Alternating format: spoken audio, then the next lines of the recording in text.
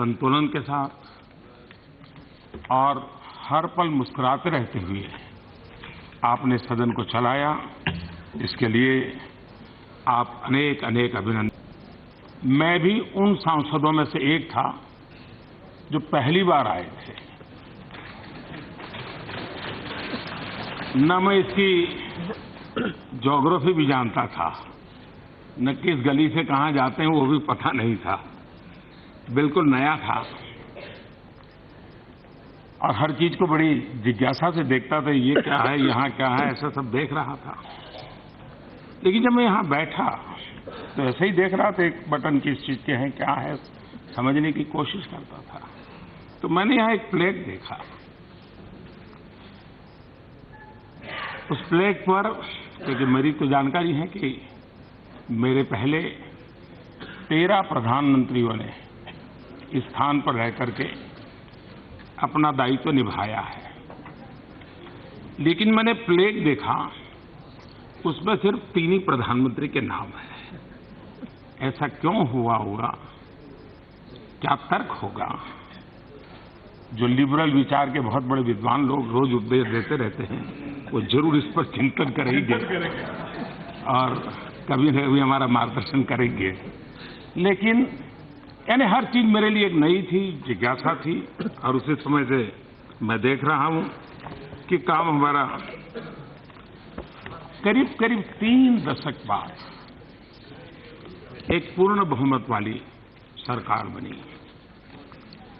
और आजादी के बाद पहली बार कांग्रेस गोत्र की नहीं है, ऐसी पूर्ण बहुमत वाली सरकार बनी। कांग्रेस गोत्र नहीं था, ऐसी मिलीजुली पहली सरकार अटल जी की बनी थी, और कांग्रेस गोत्र नहीं है, ऐसी पूर्ण बहुमत वाली पहली सरकार 2014 में बनी। और इन 16वीं लोकसभा में 17 सत्र हुए। 8 सत्र ऐसे रहे जिसमें 100% से अधिक काम हुआ, और औसतन हम देखें तो करीब 85% आउटकम के साथ आज हम विदाई ले रहे हैं। संसदीय मंत्री का अपना एक दायित्व रहता है, तोमर जी अभी संभाल रहे हैं। प्रारंभ में वेंकैया जी देखते थे, कुशलता से उन्होंने निभाया। अब उपराष्ट्रपति पद पर और हमारे वरिष्ठ सदन के संचालक के रूप में भी एक अहम भूमिका निभा रहे हैं। अनंत कुमार जी की कमी हमें जरूर महसूस हो रही है, एक हंसते खेलते दौड़ते हमारे साथी की। लेकिन इन सब ने जो काम किया उनका भी मैं अभिनंदन करता हूं। कि 16वीं विधानसभा, 16वीं लोकसभा, इस बात के लिए भी हमेशा हम गर्व करेंगे, क्योंकि देश में इतने चुनाव हुए, उसमें पहली बार सबसे ज्यादा महिला सांसद वाला ये हमारा कालखंड है, सबसे ज्यादा। ये अपने आप में, उसमें भी 44 महिला सांसद पहली बार आई थी, ये भी अपने आप में। और पूरे कार्यकाल में देखा है महिला सांसदों का प्रतिनिधित्व, पार्टिसिपेशन और बातचीत की ऊंचाई हर प्रकार से हमने रजिस्टर करनी चाहिए, उतनी ऊंची थी। सभी महिला सांसद अभिनंदन के अधिकारी हैं। देश में पहली बार कैबिनेट में सर्वाधिक महिला मंत्री हैं, और देश में पहली बार सिक्योरिटी से संबंधित कमेटी में 2 महिला मंत्री प्रतिनिधित्व कर रहे हैं, रक्षा मंत्री और विदेश मंत्री। ये भी अपने आप में, और ये भी खुशी की बात है कि पहली बार स्पीकर महिला है, साथ साथ हमारे रजिस्ट्रार जनरल भी, हाँ सेक्रेटरी जनरल भी, वो भी हमारे यहाँ महिला के रूप में विराजमान है। इसलिए लोकसभा सेक्रेटरी जनरल और उनकी सारी टीम को और यहाँ के पूरे परिसर को संभालने वाले हर कोई अभिनंदन के अधिकारी हैं। मैं उनको भी बहुत बहुत बधाई देता हूँ, बहुत अभिनंदन करता हूँ। इस सदन में कोई इसका अर्थ ये न करे कि मैं यहाँ कोई गवर्नमेंट की उपलब्धियां बताने के लिए खड़ा हुआ हूँ, लेकिन जो काम इस सदन ने किए हैं, अगर 5 साल का उस ब्यौरा को देखें और हम सब इसके हिस्सेदार हैं, विपक्ष में रह करके भी उसको ताकत बढ़ाने में काम किया है, पक्ष में रह करके भी उसकी मदद की है और इसलिए सदन के सभी साथियों का उसमें गौरवपूर्ण योगदान रहता है। हमारे लिए बीते 4.5 वर्षों में इस कार्यकाल में हम सब खुशी की बात है कि आज देश दुनिया की 6वें नंबर की इकोनॉमी बना है। इस कार्यकाल का भी वो गौरव का काल है और इसके हम सभी भागीदार हैं। नीति निर्धारण यहीं से हुआ है और $5 ट्रिलियन की इकोनॉमी बनने की दिशा में हम दरवाजे पर दस्तक देने की तैयारी में हैं। इतनी तेजी से बढ़ रहे हैं, इसके लिए भी इस सदन की गतिविधियां का अपना बहुत बड़ा रोल है। आज भारत का अपना आत्मविश्वास बहुत बढ़ा है और आगे बढ़ने की बड़ी ताकत होती है आत्मविश्वास, जीतने की ताकत होती है आत्मविश्वास, संकटों से जूझने के सामर्थ्य होता है आत्मविश्वास। आज देश आत्मविश्वास से भरा हुआ है। इस सदन ने जिस सामूहिकता के साथ, जिस गति के साथ, जिस निर्णय प्रक्रियाओं को आगे बढ़ाया है, इस विश्वास को पैदा करने में इसने बहुत बड़ी भूमिका अदा की है। आज विश्व की सभी प्रतिष्ठित संस्थाएं, विश्व मान्य संस्थाएं भारत के उज्जवल भविष्य के संबंध में बिना हिचकिचाहट एक स्वर से उज्जवल भविष्य के संबंध में अपनी संभावनाएं बताते रहते हैं और ये देश के लिए स्वाभाविक रूप से यही कालखंड रहा है कि भारत डिजिटल वर्ल्ड में अपनी जगह बना चुका है, अनेक उपलब्धियां प्राप्त की हैं। ऊर्जा के क्षेत्र में, ऊर्जा बचत के क्षेत्र में भारत ने दुनिया जब ग्लोबल वार्मिंग की चर्चा कर रही है, उस ग्लोबल वार्मिंग के जमाने में यह देश है जिसने इंटरनेशनल सोलर अलायंस को लीड किया और जिस प्रकार से आज विश्व में पेट्रोलियम प्रोडक्ट वाले देशों की एक गठबंधन की ताकत बनी है, वो दिन दूर नहीं होगा जब भारत के इस निर्णय का असर आने वाले दशकों में नजर आएगा। उतनी ही ताकत के साथ इंटरनेशनल सोलर अलायंस एक ग्लोबल वार्मिंग के खिलाफ की लड़ाई, पर्यावरण की रक्षा की चिंता, लेकिन दुनिया को एक अल्टरनेट जीवन देने की व्यवस्था, ये करने में मैं मानता हूं ये कार्यकाल अपनी बहुत बड़ी भूमिका अदा कर रहा है। स्पेस की दुनिया में भारत ने अपना स्थान बनाया है, लेकिन अधिकतम सैटेलाइट लॉन्च करने का काम इसी कार्यकाल ने दुनिया के लिए भारत की एक हमारी एक ताकत को बढ़ावा है। एक लॉन्चिंग पैड के रूप में आज विश्व के लिए भारत एक डेस्टिनेशन बना है। वो इकोनॉमिक एक्टिविटी का भी एक सेंटर बनता चला जा रहा है। मेक इन इंडिया की दिशा में, मैन्युफैक्चरिंग के क्षेत्र में भारत आज आत्मनिर्भरता के साथ आगे बढ़ने की दिशा में कई कदम उठा रहा है।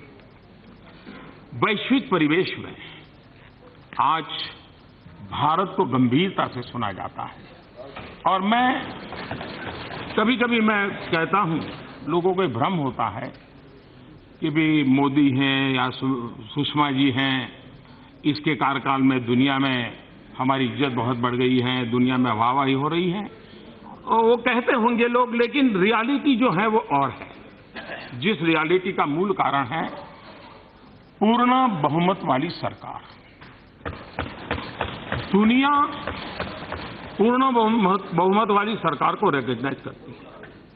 30 साल का बीच का हमारा कालखंड वैश्विक परिवेश में इस कमी के कारण देश को बहुत नुकसान हुआ है।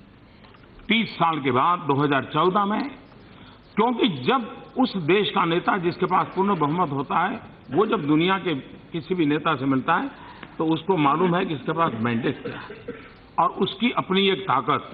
इस बार मैंने 5 साल अनुभव किया है कि विश्व में देश की एक स्थान बना है और उसका पूरा यश न मोदी को जाता है न सुषमा जी को जाता है, 125 करोड़ देशवासियों के 2014 के उस निर्णय को जाता है। उसी प्रकार से इसी कार्यकाल में विदेशों में अनेक संस्थाओं में भारत को स्थान मिला, विदेशों में सुना गया। अब हम देखें बांग्लादेश, इसी सदन ने सर्वसम्मति से लैंड डिस्प्यूट का सॉल्यूशन किया। ये बहुत बड़ा काम किया है। भारत विभाजन से विवादास्पद और बांग्लादेश बनने के बाद संकट के रूप में चला आया, लेकिन उसका समाधान भी इसी सदन ने किया। और मैं समझता हूं कि हमारी अपनी एक विशेषता रही है कि हमने मिलजुल कर इस काम को किया और दुनिया को सर्वसम्मति का संदेश, दुनिया को बहुत बड़ी ताकत देने वाला संदेश गया है। और मैं इसके लिए सदन का विशेष रूप से आज फिर से आभार व्यक्त करना चाहता हूं, सभी दलों का आभार व्यक्त करना चाहता हूं। उसी प्रकार से हमारी विदेश नीति का एक नया पहलू उभर करके आया है। दुनिया में ह्यूमन राइट्स, ह्यूमन वैल्यूज जाने अनजाने में जैसे किसी दुनिया के किसी एक छोर का ही अधिकार रहा है, बाकी लोगों को तो कोई इससे लेना देना ही नहीं है।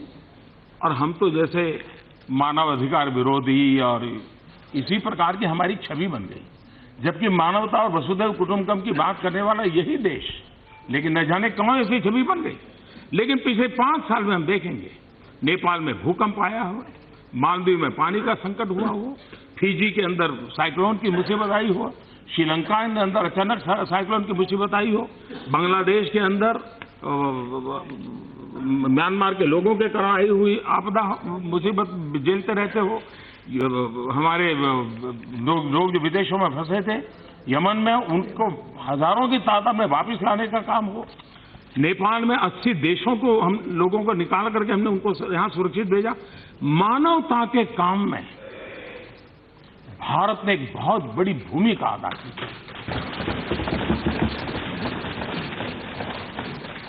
योग पूरे विश्व में एक गौरव का विषय बन गया है।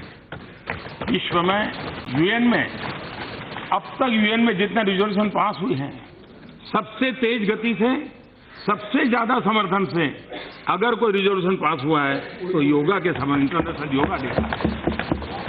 यूएन के अंदर बाबा साहब आम्बेडकर की जन्म जयंती, महात्मा गांधी की जन्म जयंती मनाई जा रही है। विश्व के सभी देशों में बाबा साहब आम्बेडकर के 125 वर्ष मनाए गए, महात्मा गांधी जी की जयंती मनाई गई। और गांधी के 150, कोई कल्पना नहीं कर सकता है कि वैष्णव वजन तो तेरे रे कहिए जो हम लोगों की रगों में है।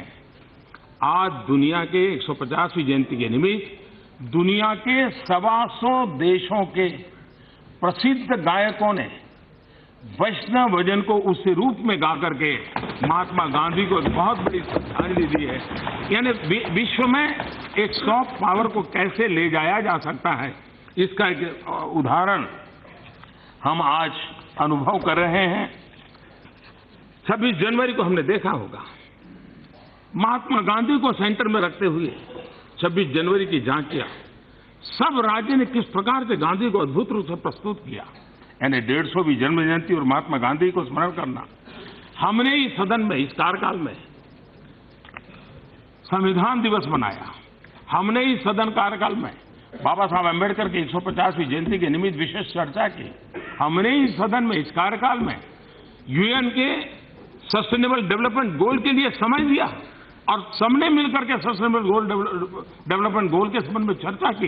ये अपने आप में नई नई परिपाटियां इसी कार्यकाल के, इसी सदन के आपके नेतृत्व में संभव हुआ है। और इसलिए सदन के सभी सदस्य आपके नेतृत्व का अभिनंदन करते हैं, आपका आभार व्यक्त करते हैं।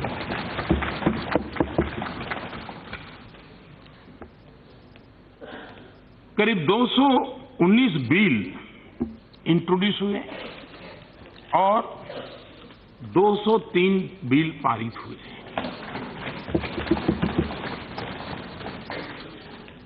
और इस सदन में जो आज सांसद हैं, 16वीं लोकसभा के संबंध में, अपने जीवन के संबंध में जब भी किसी से बताएंगे, चुनाव के मैदान में जाएंगे तब भी बताएंगे, और चुनाव के बाद भी जब मौका मिलेगा, कुछ लिखने की आदत होगी तो कोई जीवन लिखेगा, कोई जरूर लिखेगा कि वो उस कार्यकाल के सदस्य थे जिस कार्यकाल में उन्होंने काले धन और भ्रष्टाचार के खिलाफ कठोर कानून बनाने का काम किया। इस देश में ऐसे कानून जो पहले कभी नहीं बन पाते थे, वो इस सदन ने बनाए थे, और इसका बहुत बड़ा विदेश में जमा हुए काले धन के खिलाफ बहुत बड़े कानून बनाने का काम यहीं पर हुआ। दिवालिया कंपनियों से जुड़ा हुआ आईबीसी का कानून इसी सदन ने बनाया। बेनामी कंपनियों के संबंध में कानून इसी सदन ने बनाया। आर्थिक अपराध करने वाले भगोड़ों के विरुद्ध कानून इसी सदन ने बनाया। मैं समझता हूं कि इन 5 साल में इस कार्यकाल के ने काले धन और भ्रष्टाचार के खिलाफ लड़ाई लड़ने के लिए जो कानूनी व्यवस्था चाहिए, जो कानूनी हक चाहिए, अंतर्राष्ट्रीय जगत में हमारे कानून की एक ताकत होनी चाहिए, इसके लिए जो कुछ भी करना चाहिए उस उत्तमोत्तम पुरुषार्थ से इस सदन ने पारित करके देश की आने वाली शताब्दी की सेवा की। और इसलिए इस सदन को आपके नेतृत्व को अनेक अभिनंदन। न सिर्फ इस पल, आने वाली पीढ़ियां भी देंगी, ऐसा मेरा विश्वास है। यही सदन जिसने जीएसटी का बिल पारित किया और रात को 12 बजे संयुक्त सत्र बुलाया और क्रेडिट लेने की कोशिश किए बिना पूर्व फाइनेंस मिनिस्टर और उस समय के राष्ट्रपति उनके हाथों से जीएसटी करके, ताकि सबको इसका हक मिले, सबका साथ सबका विकास उसमें भी चले, इसका एक प्रामाणिक प्रयास किया गया। उसी प्रकार से यही सदन है जिसने आधार बिल को एक बहुत बड़ी कानूनी ताकत दी।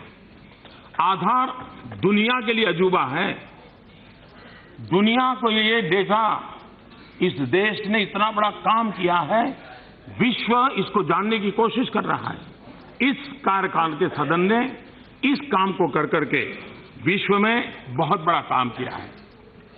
देश आजाद हुआ, लेकिन पता नहीं वो कौन सी हमारी मानसिकता थी कि हम शत्रु संपत्ति पर निर्णय नहीं कर पाते थे। बहुत कठोरतापूर्वक शत्रु संपत्ति बिल पारित करके भारत के 1947 के उन घावों के खिलाफ जो कुछ भी चल रहा था उसको काम करने का काम किया। इस सदन ने सामाजिक न्याय की दिशा में भी बहुत ही लंबे अरसे तक समाज को प्रभाव पैदा करे। उच्च कहा जाने वाले लोगों के लिए, यानी गरीब लोगों के लिए आरक्षण की व्यवस्था बिना कोई कटुता, इसकी सबसे बड़ी ताकत यही है। बिना कोई उलझन, किसी के मन में आशंका न रहते हुए समाज के दबे कुचले एक वर्ग को उनकी बातों को वजन दिया गया और उनको विश्वास देते हुए कानून पारित किया। दोनों सदन के सभी दलों के सभी सांसद इसके लिए साधुवाद के पात्र हैं और इसके लिए मैं समझता हूं ये बहुत बड़ा काम ये 10% आरक्षण का हुआ। उसी प्रकार से ओबीसी के लिए कमीशन बनाने वाला विषय हो या SC/ST एक्ट की जो सुप्रीम कोर्ट के बाद जो मिसअंडरस्टैंडिंग हुआ उसको ठीक करने का काम हो, मैटरनिटी बेनिफिट बिल, विश्व के समृद्ध देश भी इस बात को सुनकर के आश्चर्य होता है कि क्या भारत में 12 हफ्ते से लेकर के मैटरनिटी लीव 26 हफ्ते कर दी है। इस बात को आज विश्व भारत की एक आगे की सोच वाले देश के रूप में देख रहा है। ये काम इसी सदन ने किया है। सदन कानून बनाता है, लेकिन इस बात के लिए भी एक कार्यकाल देश और दुनिया याद रखेगी कि जो कानून बनाने वाला ये वर्ग, उन्होंने कानून खत्म करने का भी काम किया। 1400 से ज्यादा कानून खत्म इसी सदन के सदस्यों ने करके देश को काफी एक जंगल जैसा कानूनों का बन गया था, उसमें रास्ते खोजने की दिशा में एक शुभ शुरुआत की है। 1400 करने के बाद भी मैं कहता हूं शुभ शुरुआत हुई है, अभी भी करना बहुत बाकी है और उसके लिए मुलायम सिंह जी ने आशीर्वाद दिए ही हैं।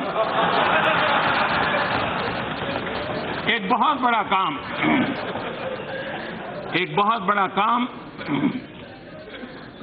और मैं मानता हूं कि देश को इसको अच्छे ढंग से जैसे पहुंचना चाहिए था, हम पहुंचा नहीं पाए। हम सभी सांसदों पर एक कलंक हमेशा लगा रहता था कि हम ही लोग हमारे वेतन तय करते हैं, हम ही लोग मर्जी पड़े उतना बढ़ा देते हैं, हम देश की परवाह नहीं करते हैं। और जिस दिन सांसदों का वेतन बढ़ता था, दुनिया भर की टीका टिप्पणी हमारे पर होती थी, और ये पिछले 50 साल से हो रही थी। पहली बार इस समय के सभी सांसदों ने मिलकर के इस आलोचना से मुक्ति का रास्ता खोज लिया और एक ऐसी संवैधानिक व्यवस्था बना दी कि उस संविधान की व्यवस्था के तहत औरों का जब होगा, इनका भी हो जाएगा। अब स्वयं इस काम के भागीदार सांसद अकेले नहीं होंगे, और सांसदों को बहुत बड़ी मुक्ति मिल गई आलोचना से। लेकिन इसने उत्तम निर्णय की, जिस प्रकार से उसको रजिस्टर होना चाहिए था, जिसकी वाहवाही होने का 50 साल तो सांसदों को गालियां सुननी पड़ी है, बड़े बड़े वरिष्ठ नेताओं को गालियां सुननी पड़ी है, उससे मुक्ति देने का काम किया। हमारे जितेंद्र जी ने अच्छा खाना तो खिलाया, लेकिन बाहर हम आलोचना सुनते थे कि कैंटीन के अंदर पैसा बहुत कम है और बाहर महंगा है, एमपी क्यों ऐसा करते हैं। मुझे खुशी है कि जितेंद्र जी की कमेटी ने मेरी भावना को स्वीकार किया, स्पीकर महोदय ने भी स्वीकार किया, और जो बहुत सस्ते में यहां दिया जाता था, आपको थोड़ा जेब में थोड़ा ज्यादा नुकसान हो गया, लेकिन उसमें से भी मुक्ति पाने की दिशा में हमने कदम बढ़ाया है, और पूर्ण रूप से पहुंचने में भी आने वाले दिन में हमें अच्छी ताकत आकर के हम वो भी कर लेंगे, ऐसा मेरा विश्वास है।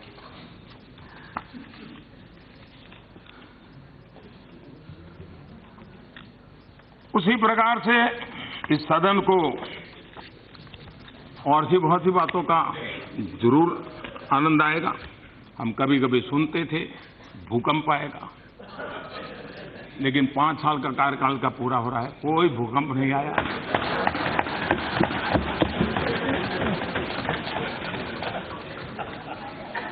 कभी हवाई जहाज उड़े हैं, और बड़े बड़े लोगों ने हवाई जहाज उड़ाए,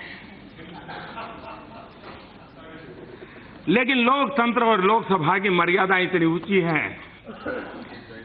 भूकंप को भी पचा गया और कोई हवाई जहाज उसकी ऊंचाई पर नहीं जा पाया।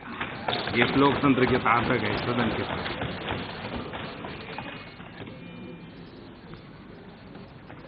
कई बार तीखी नोकझोंक भी हुई, कभी उधर से हुई, कभी उधर से हुई, कभी कुछ ऐसे शब्दों का भी प्रयोग हुआ होगा जो नहीं होना चाहिए।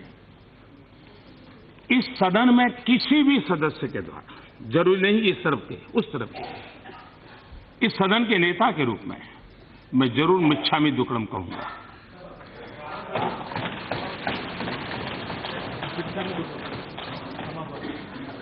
क्षमा प्रार्थना के लिए जैन पर्यावरण पर्व में मिच्छामी दुक्कडम एक बहुत बड़ा संदेश देने वाला शब्द है। उस भावना को मैं प्रकट करता हूं। मल्लिकार्जुन से हमारा भी थोड़ा बहुत रहता था, अच्छा होता आज उनका गला ठीक होता तो आज भी कुछ लाभ मिलता, लेकिन कभी कभी मैं उनको सुन नहीं पाता था, तो बाद में मैं पूरा डिटेल देख लेता था, और ये आवश्यक भी था। लेकिन उसके साथ साथ मेरी विचार चेतना को जगाने के लिए उनकी बातें बहुत काम आती थी। एक प्रकार से मेरे भाषण का खातर पानी वहीं से डल जाता था, तो उसके लिए भी मैं खरगे साहब का बहुत आभारी हूं। लेकिन मैं कहूंगा, जैसे कहा गया कि लंबे समय तक पूरा समय बैठना, किसी समय हम देखते थे अडवाणी जी सदन का पूरा समय बैठते थे, मैं खरगे जी को देखता पूरा। ये हम सांसदों के लिए सीखने वाला विषय है, और ये भी कम बात नहीं है कि करीब करीब 50 साल उनके आए हैं इस जनप्रतिनिधित्व के। उसके बावजूद भी जनप्रतिनिधि के नाते मिली हुई जिम्मेवारी को जिस बखूबी आपने निभाया है, मैं आदरपूर्वक आपका अभिनंदन करता हूं।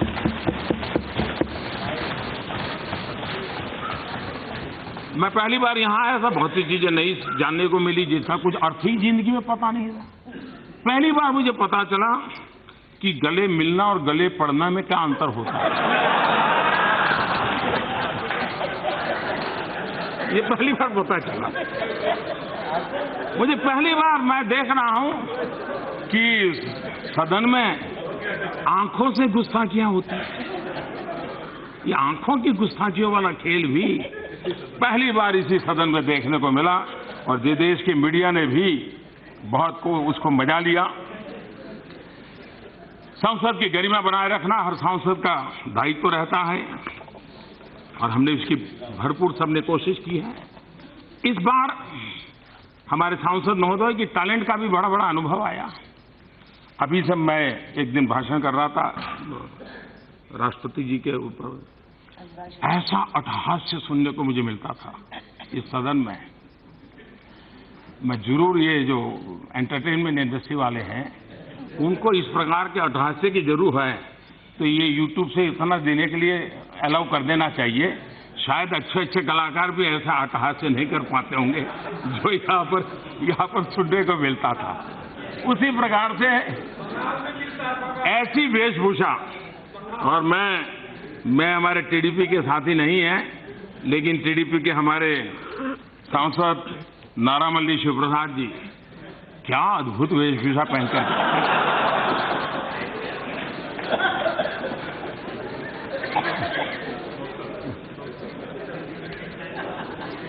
सारा टेंशन उनके अटेंशन में बदल जाता था।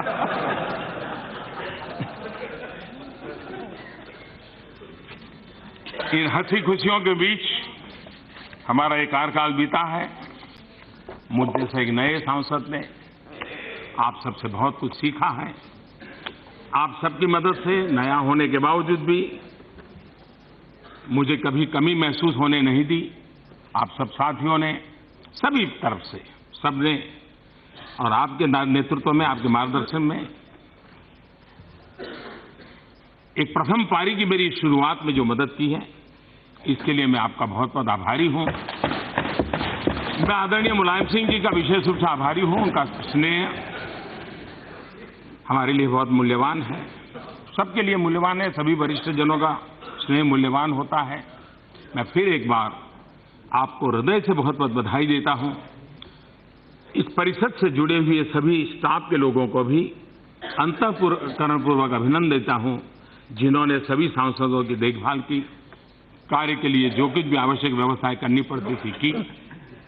और मैं सभी सांसदों को शुभकामनाएं देता हूं कि एक स्वस्थ लोकतांत्रिक परंपरा के लिए जब हम जनता के बीच जाने वाले हैं तो हम स्वस्थ परंपरा को कैसे आगे बढ़ाएं, एक तंदुरुस्त स्पर्धा कैसे करें, उस तंदुरुस्त स्पर्धा को लेकर के लोकतंत्र को तंदुरुस्त बनाने में हम अपनी भूमिका कैसे अदा करें, इसी एक शुभकामनाओं के साथ, इसी भावना के साथ मैं अपनी वाणी को विराम देता हूं।